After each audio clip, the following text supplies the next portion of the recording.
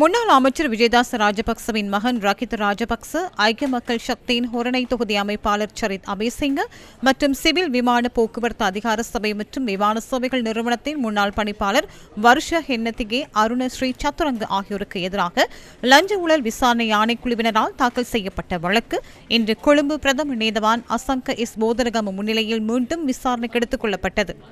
குற்றப்புலனாய்வு திணைக்களத்தில் தடுப்பு காவலில் வைக்கப்பட்டுள்ள திட்டமிட்ட குற்றச்செயல்களில் ஈடுபடும் ஒருவரான நதுன் சிந்தக்க விக்ரமரத்ன எனப்படும் ஹரக்கட்டாவை கொலை செய்வதை தடுப்பதற்கும் அவரது தடுப்பு காவல் உத்தரவை நீக்கி காலி பூசா அதி உயர் பாதுகாப்பு சிறைச்சாலையை தவிர்த்து வேறு சிறைச்சாலைக்கு மாற்றுவது உள்ளிட்ட விசாரணை நடவடிக்கைகளுக்கு ஆதரவளிப்பதற்கும் ஹரக்கட்டாவின் மனைவியான மதுஷிகா மதுவந்தையிடம் முதலில் 5000 லட்சம் ரூபாய் லஞ்சம் கோரி பின்னர் அதனை 3000 லட்சம் ரூபாவாக குறைத்து முற்பணமாக 1200 லட்சம் ரூபாவை பெற்றுக் கொண்டமை தொடர்பில் 3 சந்தேக நபர்களும் கடந்த ஜூன் 25ஆம் தேதி கைது செய்யப்பட்டு இன்று வரை விளக்கமறியலில் வைக்கப்பட்டிருந்தனர். சந்தேக நபர்கள் மூவரும் சர்ச்சைக்குரிய நிதி பரிவர்த்தனையை முன்னெடுத்துள்ளதாக துபாய் சென்றிருந்த காலப்பகுதியில் 2வது சந்தேக நபரின் தந்தையும் துபாய்க்கு வெளிநாட்டு பயணம் முன்னெடுத்துள்ளமை விசாரணைகளில் தெரியவந்துள்ளதாக லஞ்ச ஊழல் விசாரணை ஆணைக்குழுவின் பணிப்பாளர் தெரிவித்தார். மேற்கோள் ஆரம்பம். கௌரவ நீதிபதி அவர்களே, விசாரணைகளின் முன்னேற்றம் தொடர்பான மேலதிக அறிக்கையொன்றை நீதிமன்றத்தில் சமர்ப்பிக்கின்றோம்.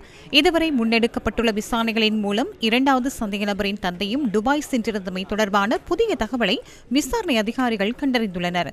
அதற்கமைய 2வது சந்தேக நபரின் தந்தையான முன்னாள் நீதி அமைச்சர் விஜயதாச ராஜபக்ச 2023ஆம் ஆண்டு மார்ச் மாதம் 21ஆம் தேதி பண்டார்நாயக்க சர்வதேச விமான நிலையத்திலிருந்து துபாய்க்கு பயணித்துள்ளார். இந்த 3 சந்தேக நபர்களும் அந்த நிதி பரிவர்த்தனையை முன்னெடுப்பதற்காக 2023ஆம் ஆண்டு மார்ச் மாதம் 24ஆம் தேதி துபாய்க்கு சென்றுள்ளனர். சந்தேக நபரின் தந்தை துபாயிலிருந்து மீண்டும் இலங்கைக்கு மார்ச் மாதம் 28ஆம் தேதி வருகை தந்துள்ளார்.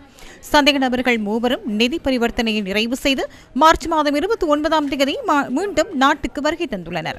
அதன்படி சந்தேக நபர்கள் மூவரும் நிதி பரிவர்த்தனைக்காக துபாயில் இருந்த அதே காலப்பகுதியில் 2வது சந்தேக நபரின் தந்தையும் துபாயில் தங்கி இருந்தமை தெளிவாகியுள்ளது. 2வது சந்தேக நபரின் தந்தை இவர்களுடன் ஒன்றாக வெளிநாடு செல்லவோ அல்லது ஒன்றாக திரும்பி வரவோ இல்லை. எனினும் இவை அனைத்தும் ஒரே காலப்பகுதிக்குள் இடம்பெற்றுள்ளது.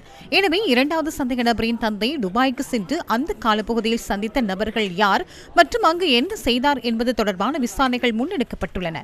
அவருக்கும் இந்த லஞ்சம் பெற்ற நிதிக்கும் இடையில் ஏதேனும் தொடர்பு இருக்கின்றதா என்பது தொடர்பிலும் விசாரணை நடத்தப்படுகின்றது. மேற்கோள் நிறைவு.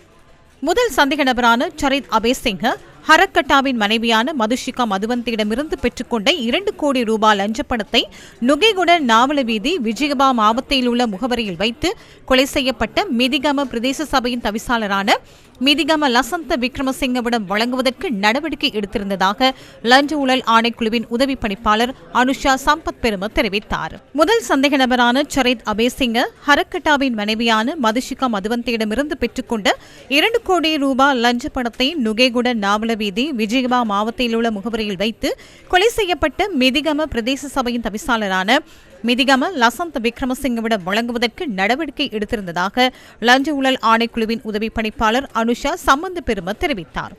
நுகேகுட நாவல வீதி விஜயபா மாவட்டத்திலேயே 2வது சந்தேக நபரின் தந்தையான விஜயதாச ராஜபக்சவின் வீடும் அமைந்துள்ளமையும் விசாரணைகளின் மூலம் தெரியவந்துள்ளதாக அவர் மன்றுக்கு தெரிவித்தார். மேற்கோள் ஆரம்பம். இந்த நிதி பரிவர்த்தனையின் பின்னர் ஹரக்கட்டாவின் தடுப்பு காவல் உத்தரவு நீக்கப்படவில்லை.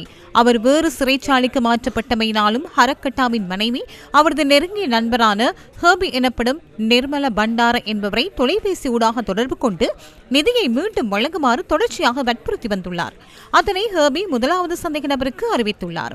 அதன் பின்னர் 1வது சந்தேக நபர் தான் பெற்றுக்கொண்ட 200 லட்சம் ரூபாய் நிதியை ஹரக்கட்டாவின் மனைவிடம் மீண்டும் ஒப்படைப்பதற்கான நடவடிக்கைகளை செய்துள்ளார். அதன்படி ஹேபி என்பவரின் நண்பனான லசந்த மஞ்சுலடி சில்வா என்பவரிடம் 1வது சந்தேக நபர் நிதியை கையளித்துள்ளார். அவர் அந்த நிதியை நுகேகுட நாவல வீதியில் உள்ள விஜயபா மாவட்டத்தில் வைத்து கொலை செய்யப்பட்ட மிதிகம பிரதேச சபையின் தவிசாளரான மிதிகம லசந்த விக்ரமசிங்கவிடம் கையளித்துள்ளார். கௌரவ நீதிபதி அவர்களே, இதே வீதியிலேயே 2வது சந்தேக நபரான தந்தை விஜயதாஸ் ராஜபக்சவின் வீடும் அமைந்துள்ளது. அதுவே இதில் உள்ள பிரதான விடயமாகும். எனவே இந்த நிதி பரிமாற்றம் தொடர்பில் விசாரணைகள் முன்னெடுக்கப்பட்டுள்ளன. மேற்கோள் நிறைவு.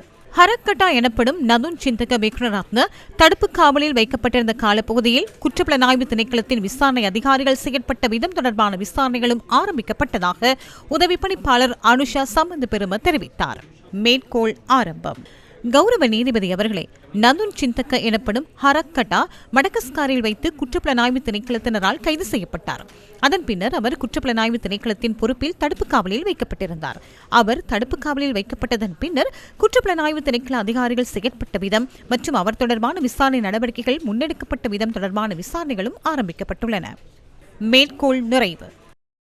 சந்தேக நபர்கள் மூவரினதும் தொலைபேசியில் ஊடாக பரிமாற்றப்பட்ட வாட்ஸ்அப் மற்றும் தொலைபேசி அழைப்புகள் தொடர்பிலும் அவர்களின் சொத்துக்கள் மற்றும் பொறுப்புகள் தொடர்பிலும் விசாரணைகள் முன்னெடுக்கப்பட்டுள்ளதாக அவர் மன்றுக்கு தெரிவித்தார்.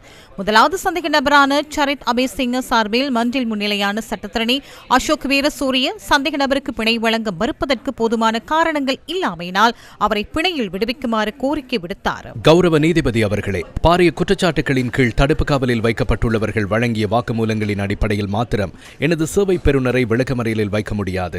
அந்த தகவல்கள் சாட்சியங்களின் மூலம் நிரூபிக்கப்பட வேண்டும். எனவே எனது சேவை பெறுநருக்கு இந்த சந்தர்ப்பத்தில் பிணை வழங்க மறுப்பதற்கு போதுமான காரணங்கள் இல்லை. சந்தேக நபரின் தொழில்சார் நடவடிக்கைகளுக்கும் தற்போது பாதிப்பு ஏற்பட்டுள்ளதால் அவரை பொருத்தமான பிணையொன்றில் விடுவிக்குமாறு கோரிக்கை விடுக்கின்றேன். சந்தேக நபர்களை கைது செய்வது தொடர்பில் லஞ்ச ஊழல் விசாரணை ஆணைக்குழுவின் பணிப்பாளர் நாயகத்தினால் சமர்ப்பிக்கப்பட்டுள்ள சான்றிதழ் சட்டப்பூர்வமானது அல்ல என்பதால் சந்தேக நபரை பிணையில் விடுவிப்பதற்கு எந்த தடையும் இல்லை என இரண்டாவது பிரதிவாதியான ராகித ராஜபக்ச சார்பில் மன்றில் முன்னிலையான ஜனாதிபதி சட்டத்தரணி அனில் சில்வா கோரிக்கை விடுத்தார்.